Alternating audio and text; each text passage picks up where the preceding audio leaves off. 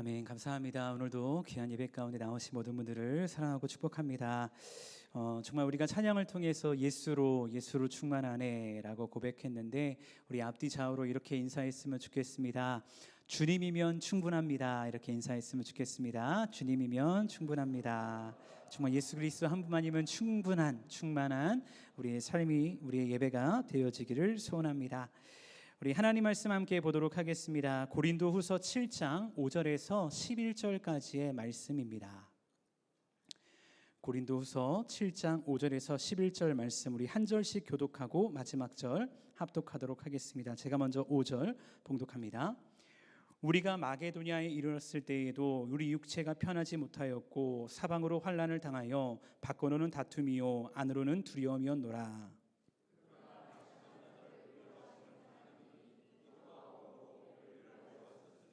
그가 온 것뿐 아니요 오직 그가 너희에게서 받은 그 위로로 위로하고 너희의 사모함과 애통함과 나를 위하여 열심히 있는 것을 우리에게 보고함으로 나를 더 기쁘게 하였느니라.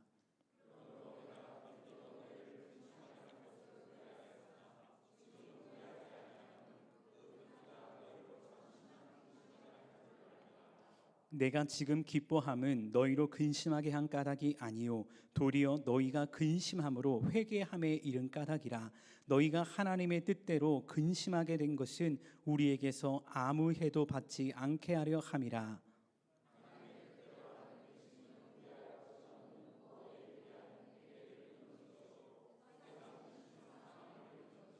함께 봉독합니다.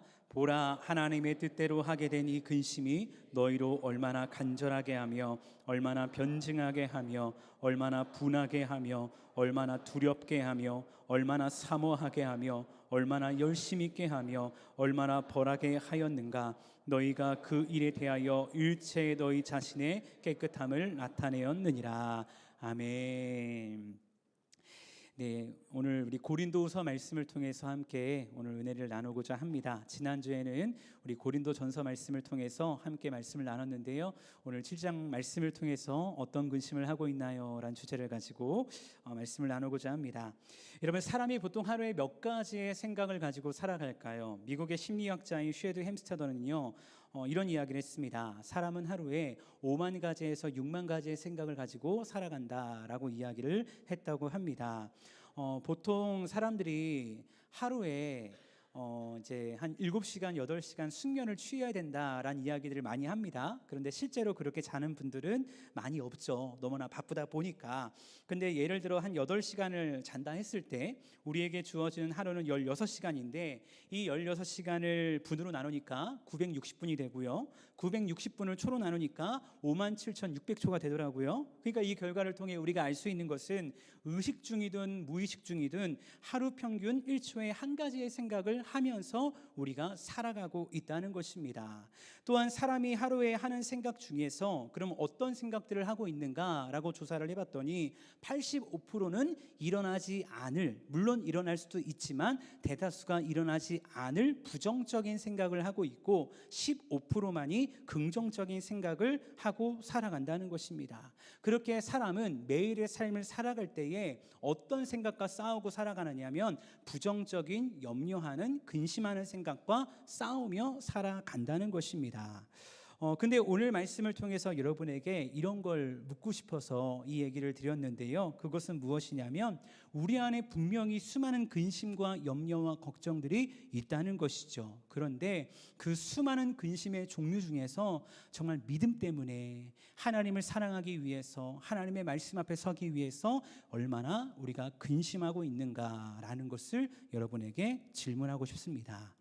사실 고린도 교회, 오늘도 고린도 교회에 대한 이야기를 나눌 건데요. 고린도 교회는요, 근심이 정말 많은 교회였습니다. 왜 그럴까요? 지난주 우리 고린도전서 말씀을 나누면서 제가 간단하게 말씀을 드렸죠. 고린도 교회는요, 정말 문제가 그냥 있는 교회가 아니라 문제가 너무나도 많은 교회였습니다. 한두 가지의 문제가 아니라 문제가 되고 문제에 또 실마리가 또 문제가 돼가지고 정말 하루도 조용할 수 없는 교회가 바로 고린도 교회였다는 것입니다. 그러니까 나름대로 그 안에서 그 공동체를 이끌어 가야 되니까 공동체 안에 세워진 지도자들이나 여러 사람들이 문제를 해결하기 위해서 고민합니다. 어떻게 해야 될까라고 생각을 많이 했을 것입니다. 근데 문제는 이들이 했던 근심은요, 믿음과 거리가 멀었던 근심이었다는 것입니다. 고린도 교회의 모든 문제 해결은 누구에게 있을까요? 사람에게 있을까요? 상황과 환경에 있을까요? 아니요. 오직 하나님에게만 문제 해결이 있었다는 것입니다. 근데 그 하나님께 기준을 두기보다는 상황과 환경의 기준을 두는 겁니다. 그러니까 바울의 마음이 어땠을까? 우리가 한번 생각을 해보길 원한다는 것이죠. 어떤 마음이었을까요? 너무나 안타까운 겁니다. 슬픈 겁니다. 너무 힘든 겁니다. 그래서 바울이 고린도 교회를 향해 편지를 쓰는데요, 우리가 성경을 통해 보게 되는 고린도 교회를 향한 편지는 두 개의 편지를 알고 있습니다. 고린도 전서와 고린도 후서, 이 두 가지를 알고 계실 텐데, 실제로 바울이 고린도를 향해 썼던 편지는요, 바로 4편의 편지였다는 것입니다.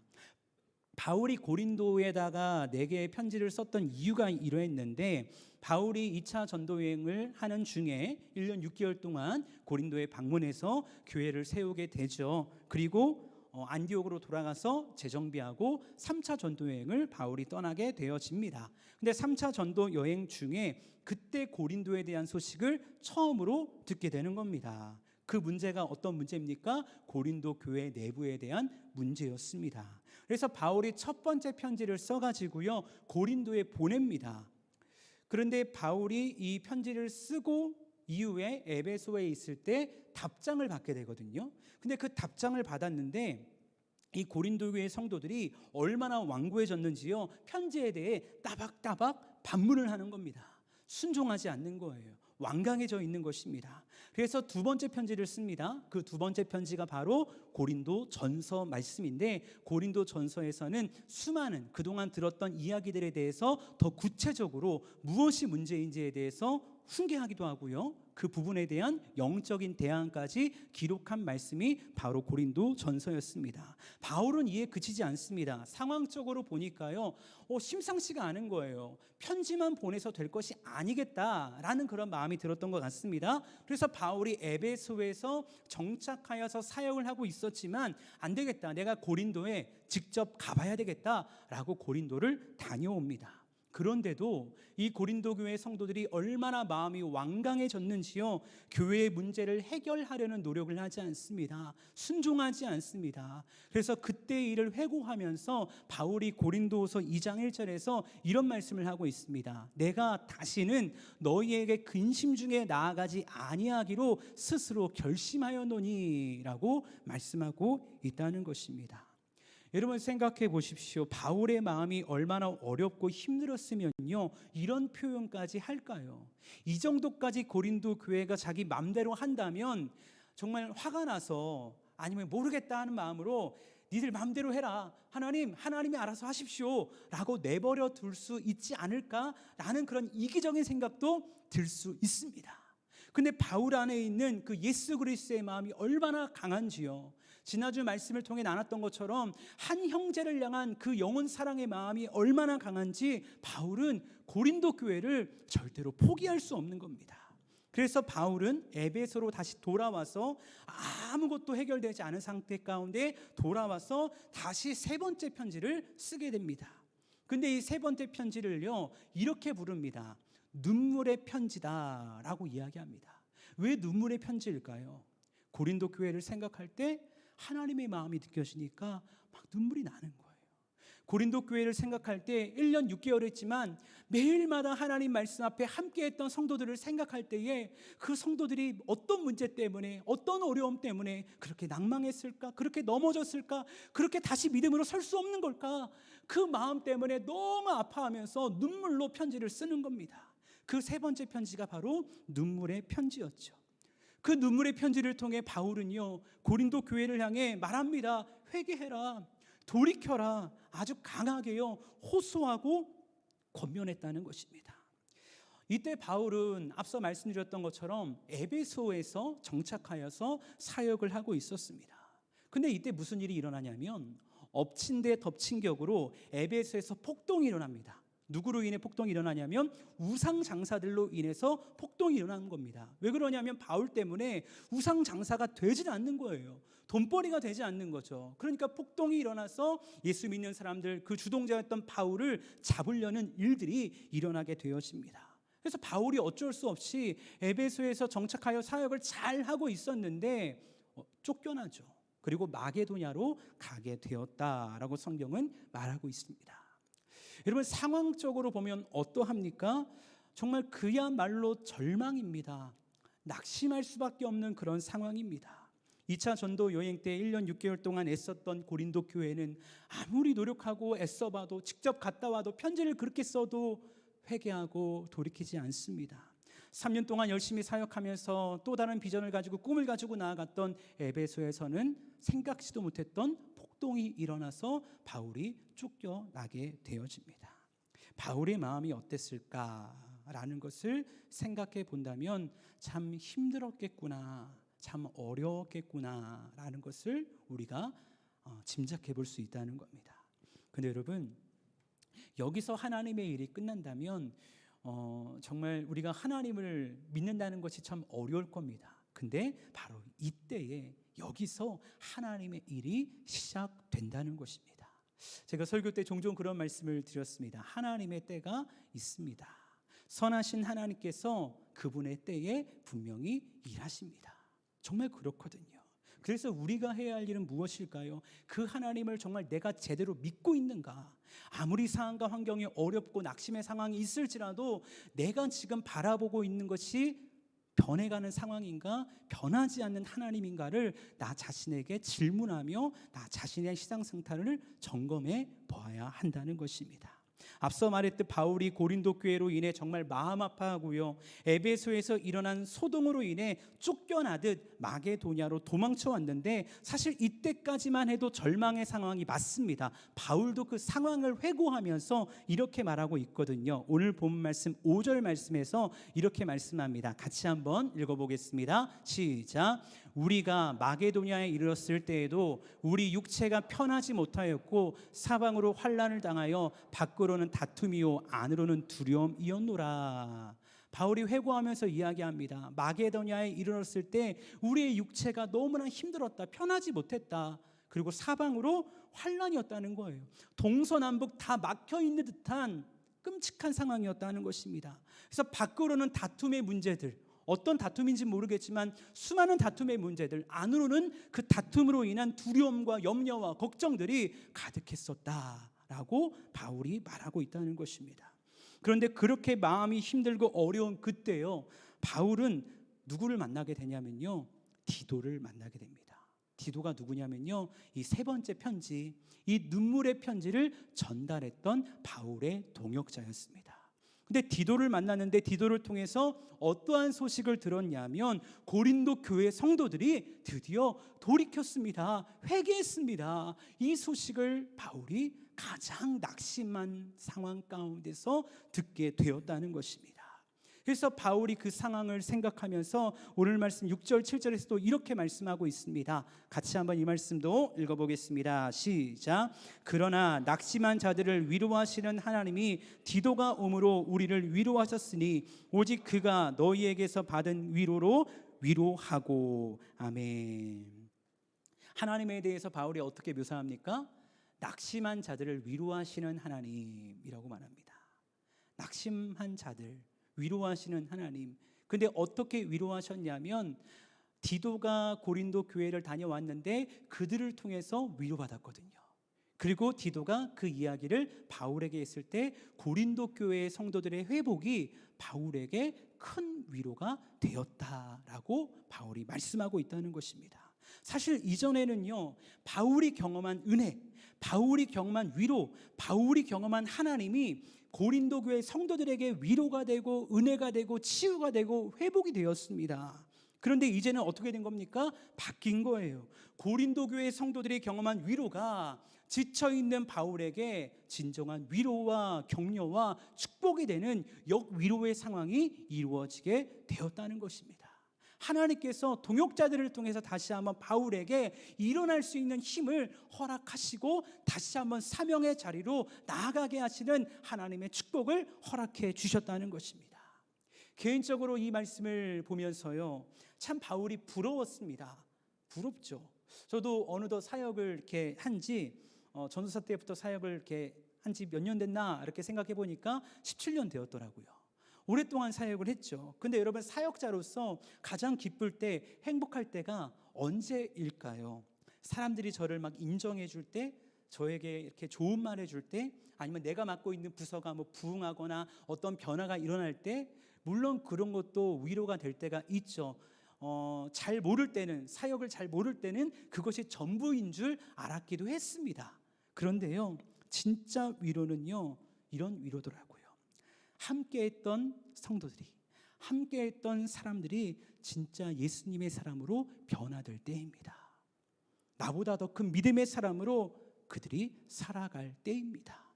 때로는 내가 믿음이 연약하고 부족할 때 그들을 통해 나의 믿음 없음이 드러날 수도 있습니다. 근데 감사하더라고요. 하나님, 저렇게 저 성도를, 저분을 그렇게 세워주신 하나님 감사합니다 라는 그런 생각을 하게 되더라는 것입니다.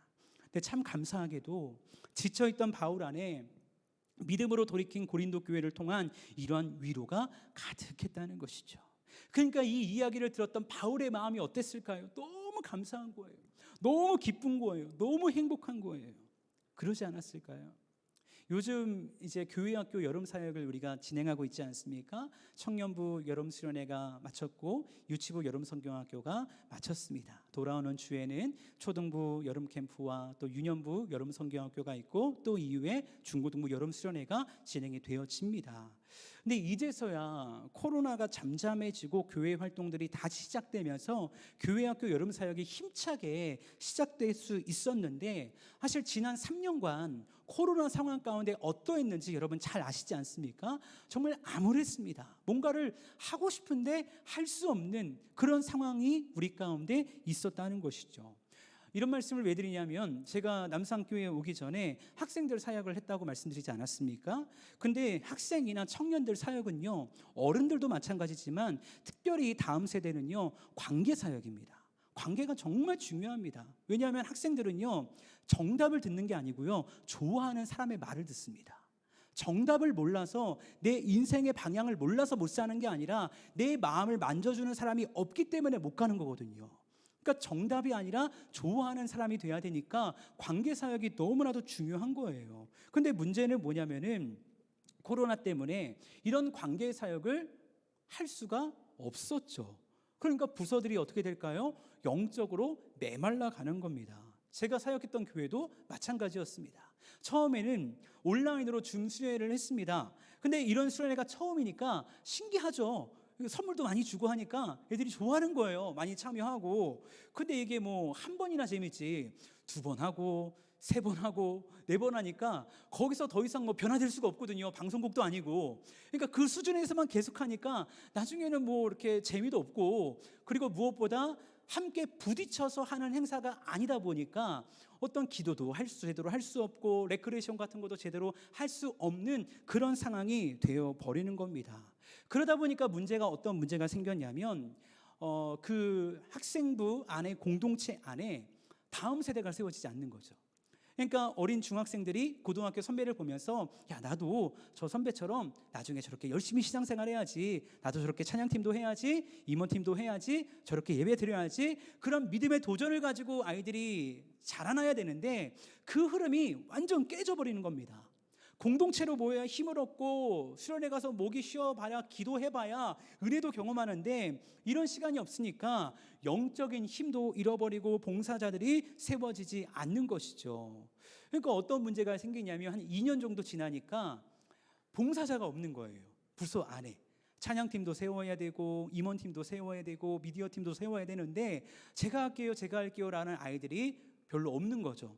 교회가 이제 재미가 없으니까 그러는 겁니다. 그때 제 마음 가운데 사실은요, 절망의 마음이 찾아오더라고요. 낙심의 마음이 찾아오더라고요. 하나님, 이걸 어떻게 해결해야 됩니까? 라고 기도는 하지만 제 마음 가운데, 죄송합니다, 망했다, 이런 마음이 솔직히 들더라고요. 어떻게 해야 되지? 큰일 났다, 망했다, 나도 모르겠다. 이런 마음이 제 마음 가운데 낙심과 함께 찾아온 적이 있었습니다. 그런데 바로 그때에 어떤 아이가 저한테 연락을 했어요.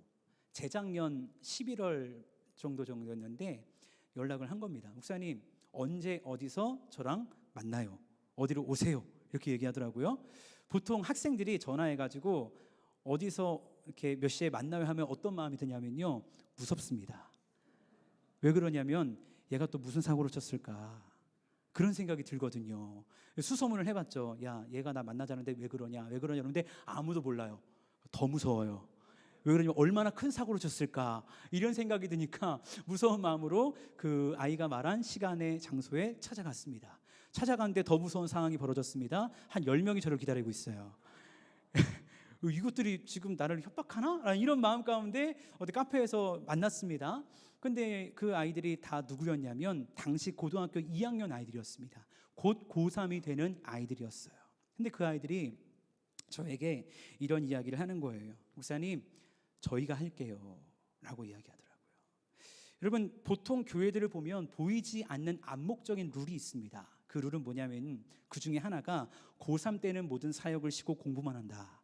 이거 좋은 거 아닙니다. 좋은 거 따라하지 마세요. 좋은 거 절대 아닙니다. 근데 그런 보이지 않는 룰이 교회마다 다 있더라고요. 근데 이 아이들이 말하는 거예요. 상황을 보니까 심상치 않거든요. 그 아이들이 그때까지도 열심히 각 봉사 부서에서 열심히 사역을 하고 있었는데 상황을 보니까 자기들이 해야겠다는 거예요. 그래서 고3들이 제가 회장할게요, 부회장할게요, 뭐 찬양팀 제가 팀장할게요, 미디어팀 팀장할게요 하면서 이 아이들이 솔선수범으로 갑자기 일사불란하게 탁 움직이기 시작하는 겁니다.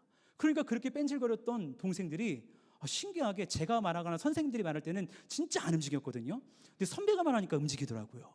그러면서 아이들이 막 움직이면서 그럼 저도 할게요, 저 형이 하면 저 누나가 하면 저도 할게요. 알고 보니까 이 아이들이 동생들한테 연락해가지고 만난 거예요. 하자.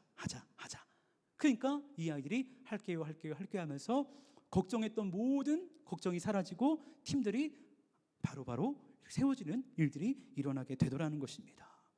그리고 그 다음에 이 아이들이 고3이 되고 각자의 자리에서 참 열심히 했거든요. 그리고 이제 3년 만에 현장 여름 수련회가 재개가 됐습니다.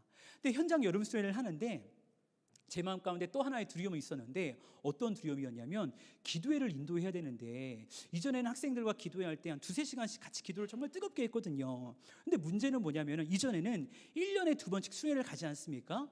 그러니까 항상 새로운 온 애들은 중1들이에요. 그러니까 걔네만 잘 잡으면 돼요. 근데 3년 동안 수련회를, 현장 수련회를 못했으니까 지금 중등부에 올라온 중1, 2, 3학년 아이들은 다 수련회를 처음 가본 아이들인 거죠.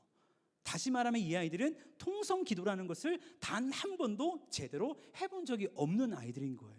그러니까 제 마음 가운데 어떤 염려가 드냐면, 야, 이 아이들을 데리고 어떻게 기도회를 인도할까 라는 그런 두려움이 마음 가운데 찾아오는 겁니다. 열심히 기도했죠. 하나님 역사해 주세요, 하나님 도와주세요 라고 하면서 2박 3일의 수련회가 자체적으로 진행이 됐었습니다. 근데 결과가 어땠냐면요, 그 중등부 아이들이 그 시간을 통해서 정말 하나님을 만나고 방언을 받고 2-3시간 함께 기도했거든요. 눈물 콧물 흘려가면서 얼마나 기도하면서 하나님의 은혜를 경험했는지 이후에 강평회를 하면서 선생님들이, 학생들이 말합니다. 그때 제가 7년 동안 그 교회에서 학생회 사역을 하고 있었는데 이런 이야기하는 거예요. 목사님이랑 7년 동안 했던 수련회 중에 가장 좋았던 수련회였던 것 같아요, 가장 큰 은혜가 있었던 것 같아요 라는 이야기를 하는 겁니다. 그리고 나서 코로나로 인해 무너졌던 영적인 분위기, 어떤 숫자적인 분위기가 완전 반전이 돼가지고 회복이 되는데 하나님이 얼마나 귀하게 역사하셨는지 참 감사함 가운데 전에 있던 교회 사역을 마무리하고 이 남산교회에 와서 사역을 하게 되었었습니다. 근데 생각을 해봤습니다.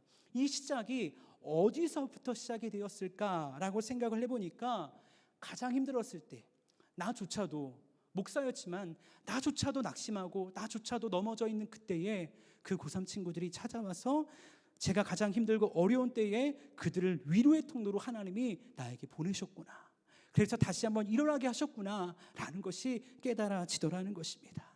여러분, 제가 이 말씀을 왜 드리냐면요, 앞서 말씀드렸지만 바울도요 정말 힘들었을 겁니다. 바울이 그렇게 말하지 않습니까? 낙심한 자들을 위로하시는 하나님이라고 말하지 않습니까? 영적인 자괴감에도 빠져 있었을 겁니다. 밖으로는 다툼이고 안으로는 두려움이었다는 것입니다. 그런 염려와 걱정이 바울 안에 있었다는 것입니다. 바울에게만 있을까요? 사실 사역자들도요, 이렇게 지치고 어려울 때가 있을까요? 없을까요? 있다는 겁니다. 그래서 두려움과 염려에 빠질 때가 있다는 것입니다.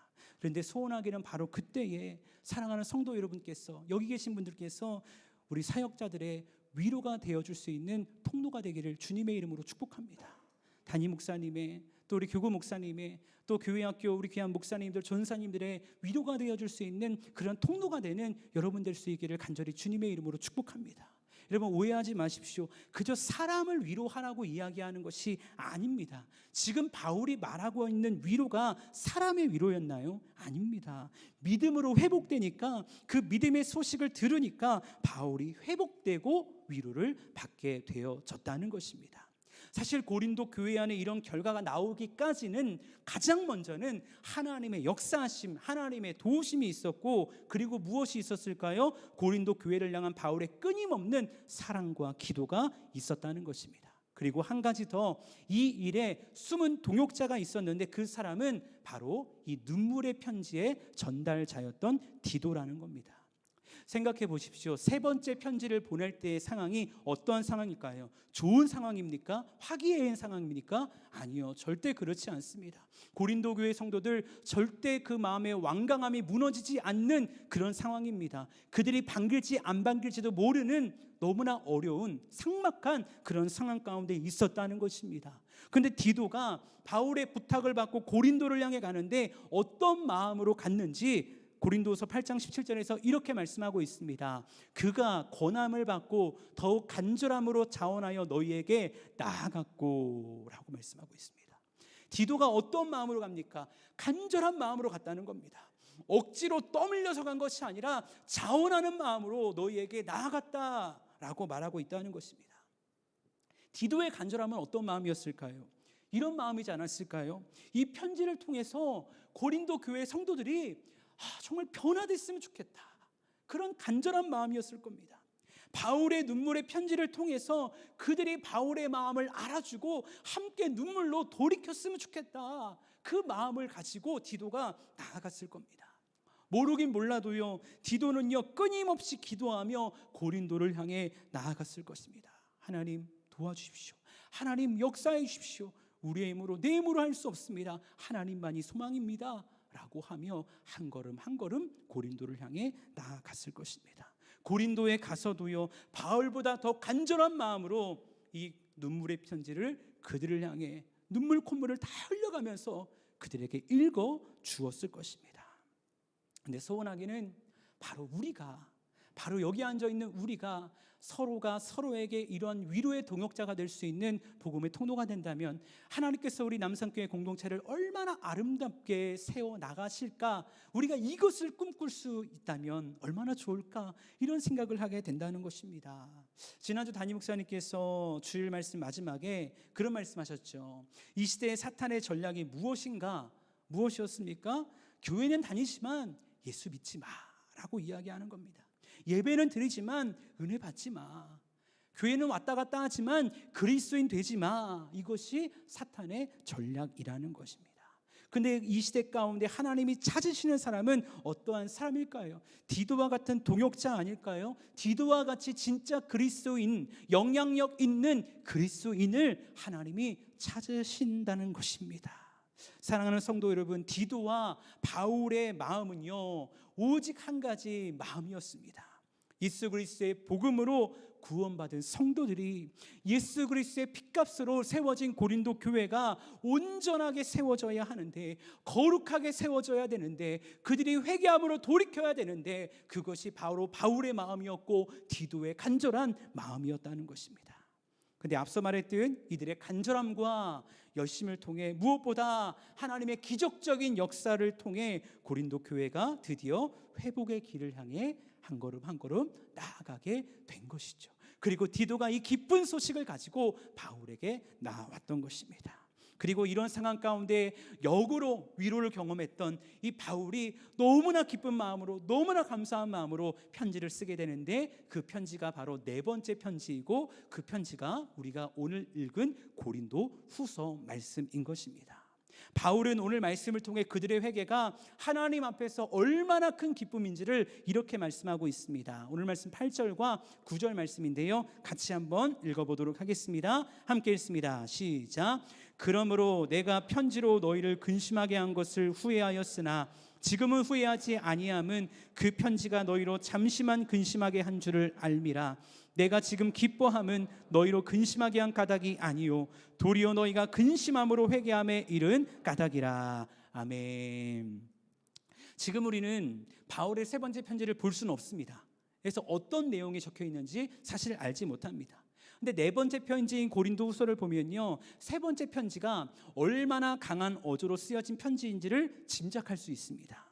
여러분, 우리도 때로는 가족이나 친구나 어떤 가까운 사람과 싸울 때가 있지 않습니까? 근데 싸울 때 화가 나면 어떻게 합니까? 나도 모르게 막말을 하는 거예요.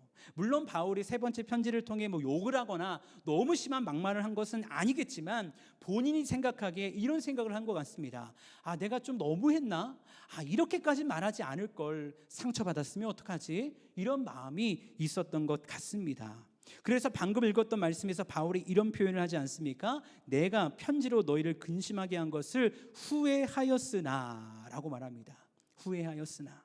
그런데 바울의 후회가 되지 않음은 이 편지를 통해 그들이 근심했기 때문인데, 이들의 근심은 세상 근심이 아니요 하나님의 뜻대로 하는 근심이었기 때문이다 라고 바울은 말씀하고 있다는 것입니다. 고린도 교회는 첫 번째 편지를 받을 때부터 근심이 있었습니다. 그렇죠? 근데 그 근심은 어떤 근심이었습니까? 세상 근심이었습니다. 근데 세상의 근심의 문제는 무엇인지 아십니까? 계속 고민만 합니다. 어떻게 할까? 이렇게 할까? 저렇게 할까? 제자리 걸음을 걸으면서 결론을 내지 못한다는 것입니다.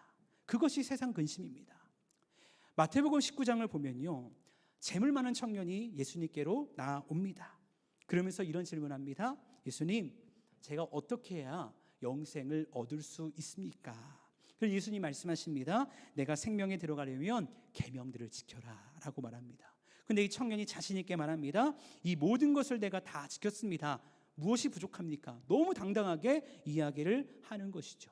그러자 예수님께서 이 청년이 진짜 포기하지 못했던 한 가지를 말씀하시는데, 그것이 무엇이었습니까? 이렇게 말씀하십니다. 예수께서 이르시되 내가 온전하고자 할진대 가서 내 소유를 팔아 가난한 자들에게 주라. 그리하면 하늘에서 보화가 내게 있으리라. 그리고 와서 나를 따르라 라고 말씀하십니다. 이 말씀을 들었던, 그토록 당당했던 이 청년의 행동이 어떻게 바뀌었을까요? 따랐을까요? 아니요, 따르지 못합니다. 이 청년의 결과에 대해서 성경은 이렇게 말씀하고 있습니다. 그 청년이 재물이 많음으로 이 말씀을 듣고 근심하며 가니라 라고 말씀하고 있다는 것입니다. 여러분, 이 근심은 어떤 근심이었을까요? 세상 근심이었을까요? 하나님의 뜻대로 하는 근심이었을까요? 하나님을 사랑한다 했지만, 계명들을 다 지켰다 했지만, 이 청년은 결국 세상 근심을 하며 세상을 향해, 자신의 명예를 향해, 돈을 향해 나아갈 수밖에 없었다는 것입니다. 왜 이런 결과가 나왔을까? 주인이 나 자신이기 때문입니다. 내 유익에 중점을 두고 고민하기 때문입니다. 내가 가진 것을 포기하지 않기 때문입니다. 그런데 여러분, 하나님의 뜻대로 하는 근심은요, 다르다는 것이죠. 주인이 내가 아니라는 겁니다. 바울의 고백처럼 나는 죽고 예수로 사는 사람으로 변화되었기 때문에 성령이 주시는 음성을 따라, 말씀 따라 결단하며 믿음의 삶을 향해 나아가는 것입니다. 세상의 것을 많이 포기해야 되고 고난도 많을 수 있습니다. 그렇지만 영원한 하나님의 나라를 보는 믿음의 눈이 열렸기 때문에 아까워하지 않습니다. 세상 것 때문에 더 이상 싸울 필요도 없다는 것입니다. 결국 이 회개를 통해 고린도 교회가 변화된 거거든요. 그리고 이 회개를 통해 변화된 이 고린도 교회의 모습을 바울은요, 오늘 말씀 11절 말씀에서 이렇게 말하고 있습니다. 이 말씀도 같이 한번 읽어보도록 하겠습니다. 함께 읽습니다. 시작. 보라, 하나님의 뜻대로 하게 된 이 근심이 너희로 얼마나 간절하게 하며 얼마나 변증하게 하며 얼마나 분하게 하며 얼마나 두렵게 하며 얼마나 사모하게 하며 얼마나 열심히 하며 얼마나 벌하게 하였는가. 너희가 그 일에 대하여 일체 너희 자신의 깨끗함을 나타내었느니라. 아멘. 여러분, 바울이요, 고린도 교회가 변화될 거다라는 마음을 가지고 있었겠죠. 근데 우리가 그냥 상황적으로 볼 때 고린도 교회가 정말 변화될 수 있을까라고 생각할 때 여러분 어떻게 생각하십니까? 우리는 결과를 알죠. 성경을 통해 변화되었다, 회개했다, 안다는 겁니다. 근데 상황적으로 볼 때 한두 가지 문제가 아니지 않습니까? 그렇게 수많은 문제를 가지고 있는 고린도 교회에 변화될 수 있을까? 이런 퀘스천을 가질 수 있다는 것이죠. 근데 변화된 거예요. 그리고 변화된 그들의 삶 가운데 어떠한 역사가 일어나게 되냐면 얼마나 간절하게 하는지, 얼마나 변증하게 하고 얼마나 분하게 하는가. 어떤 것이 분할까요? 내가 하나님의 말씀대로 살지 못했구나. 그런 분함이 있는 겁니다. 두렵게 하는 겁니다. 죄에 대한 두려움을 갖게 하는 것입니다. 하나님의 은혜에 대한 사모함을 갖게 하는 것입니다. 하나님의 사역에 대한 열심을 갖게 하는 겁니다. 이런 놀라운 변화 역사가 그들 가운데 일어나게 되더라는 것입니다. 누가 하신 일입니까? 하나님이 하신 일입니다. 그 하나님 지금 어디 계십니까? 이곳에 우리와 함께 하시는 줄로 믿습니다. 그 하나님께서 우리와 함께 하실 때 우리에게 산적되어 있는 수많은 문제가 있을 수 있습니다. 우리의 입술로, 우리의 생각으로는 안 돼, 힘들어, 어려워 라고 말할 수 있습니다. 근데 정말 전능하신 하나님께서 우리의 주인이 되시고 우리의 모든 것 되어주실 때 우리의 공동체는 어느 때보다 힘있고 생명있고 하나님의 영광을 나타낼 수 있는 귀한 공동체로 회복될 줄 믿습니다. 근데 소원하게는 그런 통로가, 그 시작이 바로 여기 있는 저와 여러분 될 수 있기를 간절히 주님의 이름으로 축복합니다. 제가 예전에 학생들과 수련회를 한번 했는데 전체 수련회는 아니었고 임원들과 함께 수련회를 갔었습니다. 수련회를 은혜 가운데 잘 마치고 마지막 날에 어떤 남자의 한 명이 저를 찾아오는 겁니다. 그때 전도사였는데, 전도사님, 여기가 너무 아파요 라고 이야기하는 거예요. 왜 가슴이 아픈가? 얘가 뭐 어디 넘어졌나 다쳤나 하고 이렇게 옷을 이렇게 열어봤더니 시퍼렇게 멍이 들어있는 거예요, 아이가. 그래서 얘가 왜 멍이 들었지? 여기 멍이 왜 들었을까? 그런 생각을 하고 있었습니다. 근데 멍이 들은 이유를 찾았어요. 그 이유가 뭐였냐면 그 전날 저희가 기도회를 하면서 정말 하나님께서 회개의 영을 강하게 부으셨거든요. 근데 이 아이가 많이 노는 아이였어요. 예, 그렇게 이렇게 술도 먹고 담배도 피고 나쁜 짓을 골라서 하는 그런 아이였는데, 그 밤에 하나님께서 이 아이에게 얼마나 죄에 대해서 깨닫게 하시는지 회개의 영이 충만히 임한 거죠. 근데 이 아이가 회개의 영이 임하니까 어떤 행동을 했냐면 자기 자신이 너무나 한탄스러우니까 자기 주먹으로 자기 가슴을 막 친 거예요. 뭐 킹콩도 아니고 막, 근데 멍이 들 정도로 친 거죠. 여러분 생각해 보십시오. 제정신으로 자기 가슴을 멍이 들 정도로 치는 게 가능할까요? 근데 얼마나 하나님 앞에 회개하고 자복하는지 가슴을 막 치는 거예요. 그리고 다음날 정신 차려 보니까 멍이 들어서 아파요 이러고 있더라고요. 그 모습을 보면서 야, 정말 하나님께서, 사실 그 아이가 그렇게 변화될 줄은 그 누구도, 그 부모도 생각하지 못했던 아이였거든요. 근데 회개의 영이 임하니까 그런 역사가, 그런 회개가 일어나게 되더라는 것입니다. 사랑하는 여러분, 오늘 말씀을 보면서 저는 저 자신에게도 그런 질문을 해보게 됩니다. 내가 정말 하나님 앞에서 언제 이렇게 회개해 보았는가? 얼마나 간절함으로, 언제나 분함으로, 얼마나 두려움으로, 사모함으로, 열심히 있음으로 하나님 앞에 나아갔는가라고 질문을 해보게 되더라는 것입니다. 여러분, 회개하지 않는다, 돌이키지 않는다라는 것은 무엇일까요? 점점점 주인이 나 자신이 되고 있다는 겁니다. 회개했다는 것은요, 내 안에 있는 육신의 정욕을 다 내어버리고 예수 그리스도로 내 영혼을 채운다는 것입니다. 근데 우리가 얼마나 내 안에 예수 그리스도의 복음으로, 예수 그리스도의 생명으로 나 자신을 채우고 있는가? 그렇게 하나님의 임재를 누리고 있는가 우리 자신에게 질문해 보아야 한다는 것입니다. 회개가 무엇일까요? 회개는요, 멈춤이 아닙니다. 회개는 돌이킴이라는 것입니다. 사랑하는 여러분, 오늘 성경은 예수를 따르는 우리에게 두 가지의 근심이 있다는 것을 분명히 말씀합니다. 하나님의 뜻대로 하는 근심, 세상 근심이 있다는 것입니다. 오늘 7장 10절에서 이렇게 말씀합니다. 하나님의 뜻대로 하는 근심은 후회할 것이 없는 구원에 이르게 하는 회개를 이루는 것이요, 세상 근심은 사망을 이루는 것이니라 라고 말합니다. 분명한 결과가 있습니다. 회개인가 사망인가 하나님께서 우리에게 말씀하신다는 것입니다. 지금 우리의 생각으로는 세상의 것들을 포기하는 것이 아까울 것 같고 후회할 것 같지만, 그런데 우리의 믿음이 정말 회복되면, 하나님의 관계가 정말 회복되면 전혀 아깝지 않는데, 그 이유가 무엇이냐면요, 바로 이것입니다. 우리가 주목하는 것은요, 보이는 것이 아니요 보이지 않는 것이니, 보이는 것은 잠깐이요 보이지 않는 것은 영원함이라 라고 말씀하고 있다는 것입니다. 이 땅에 보이는 잠깐의 인생에 집중하는 것이 아니라 보이지 않지만 영원한 하나님의 나라가 있다는 것을 우리가 믿고 바라본다면, 정말 하나님의 뜻대로 하나님 원하시는 그 삶을 향해 우리가 나아갈 수 있지 않을까라는 것을 생각하게 됩니다. 정말 소원합니다. 어떤 것을 소원하냐면, 사랑하는 우리 남산교회 공동체가 이 영혼을 바라볼 수 있는 눈이 열릴 수 있기를 간절히 소원합니다. 그래서 이 땅의 것에 목숨을 거는 인생이 되는 것이 아니라 영원한 하나님의 나라를 바라보며 하나님이 주신 꿈과 비전을 가지고 살아가는 그리스도인 되기를 소원합니다. 사랑하는 여러분, 기억하십시오. 우리는 이 땅을 살아가는 하나님의 청지기입니다. 내가 주인이 아니라 하나님이 나의 주인 되시고, 하나님이 나의 주인 되실 때 우리는 가장 행복할 수 있고 가장 기쁠 수 있고 가장 그 은혜를 누릴 수 있다는 것입니다. 근데 우리는 종종 잃어버립니다. 내가 어떤 존재인지. 사랑하는 여러분, 우리는 예수님 없이 살아갈 수 없는 존재입니다.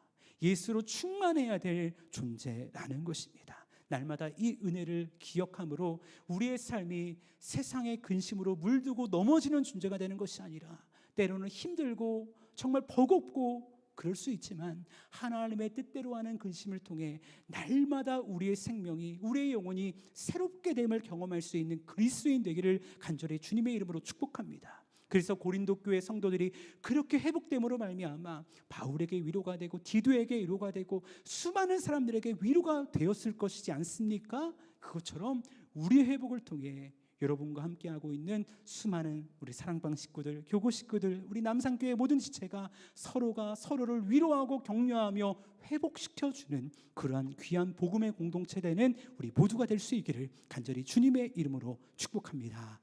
시간 함께 찬양하시겠습니다. 우리 말씀을 기억하면서 원하고 바라고 기도합니다. 우리 찬양하며 하나님께 나아가도록 하겠습니다.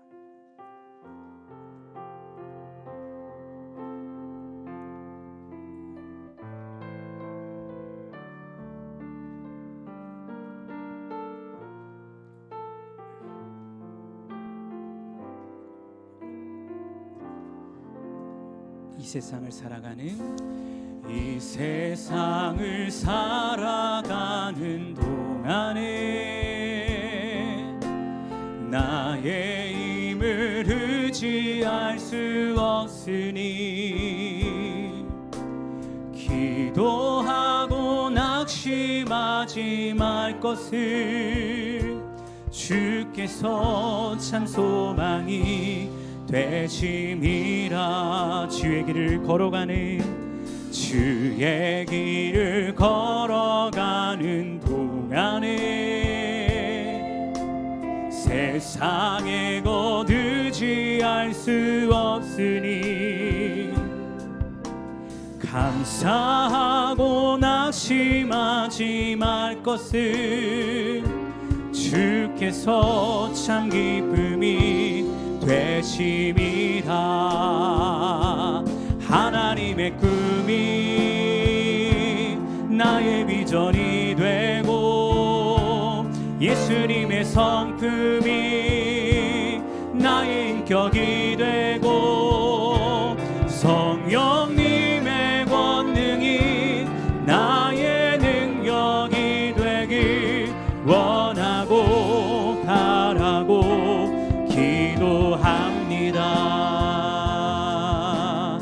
다시 한번 고백하며 찬양합니다. 이 세상을 살아가는 동안에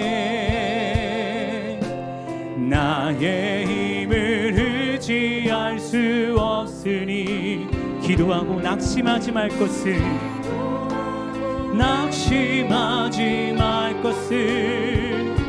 주께서 참 소망이 되심이라. 주의 길을 걸어가는 동안에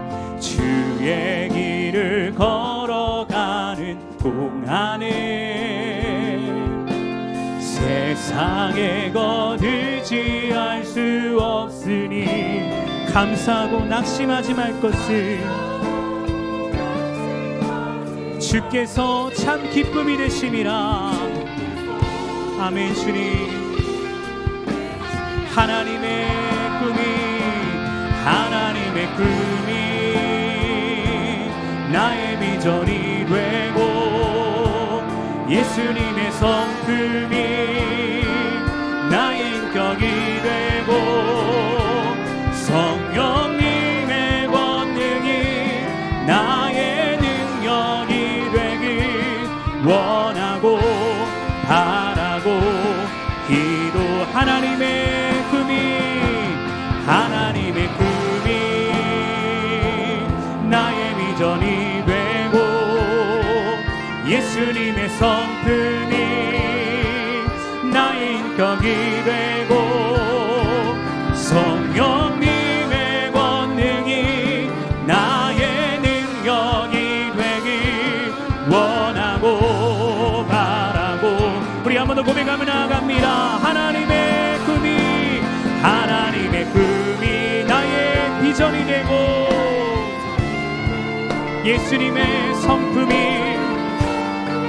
나의 인격이 되고.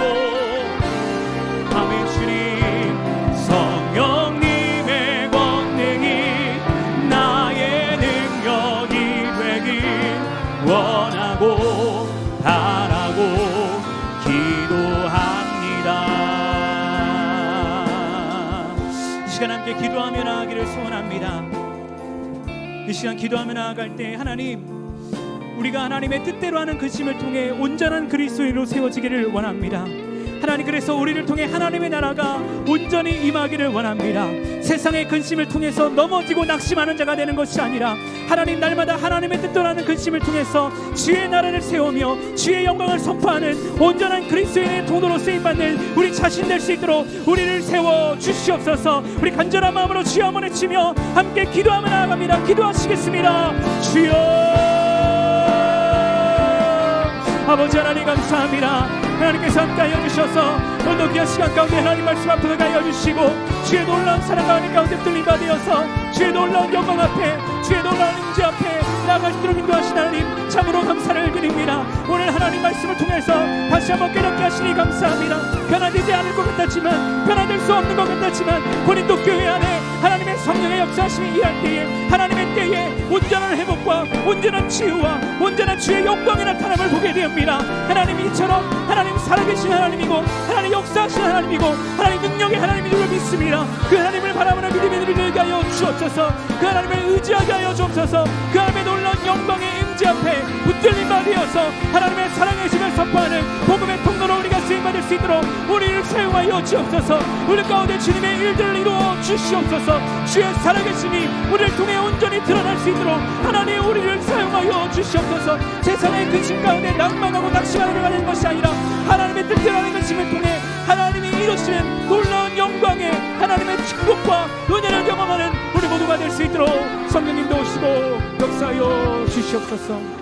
우리 한 번 더 이 시간 기도하며 나아갈 때 이렇게 기도했으면 좋겠습니다. 사랑하는 여러분, 고린도 교회의 회복이 바울에게 위로가 되었고 그 위로를 통해 바울이 다시 한번 일어나 귀한 사명을 감당하며 하나님의 임재 앞에 하나님의 귀한 사역의 현장 가운데 나아갈 수 있었습니다. 이 시간 좀 사역자들을 위해서 기도했으면 좋겠습니다. 담임 목사님을 위해서, 우리 교구 목사님들을 위해서, 우리 교육 목사님과 전사님들을 위해서, 특별히 여름 사역을 진행하고 있는 모든 가정 가운데 성령님 힘을 더하여 주시고 위로의 동역자들을 붙잡아 붙여 주시옵소서. 그래서 귀한 사역하는 가운데 서로가 서로의 위로가 되며 격려가 되며 축복이 되는 복음의 통로가 되는 우리 남산교회 귀한 공동체 될 수 있도록 역사해 달라고 우리 사역자들을 위해서 서로를 위해서 다시 한번 기도하며 나아가기를 소원합니다. 우리 한 번 더 기도할 때 주여 한번 외치며 함께 기도하며 나갑니다. 기도하시겠습니다. 주여. 아버지 하나님 감사합니다. 아버지 하나님 감사합니다.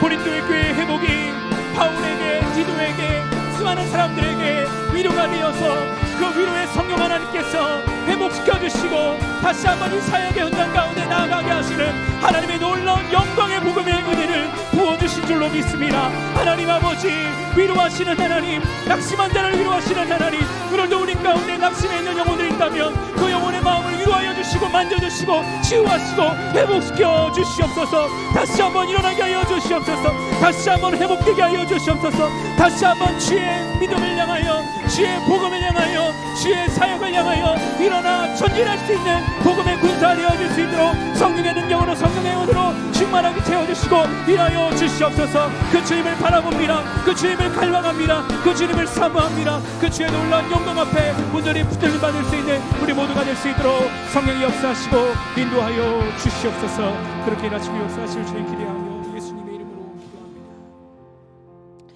하나님 감사합니다. 하나님, 고린도 교회의 상황을 바라보았을 때 회복되지 않을 것 같았습니다.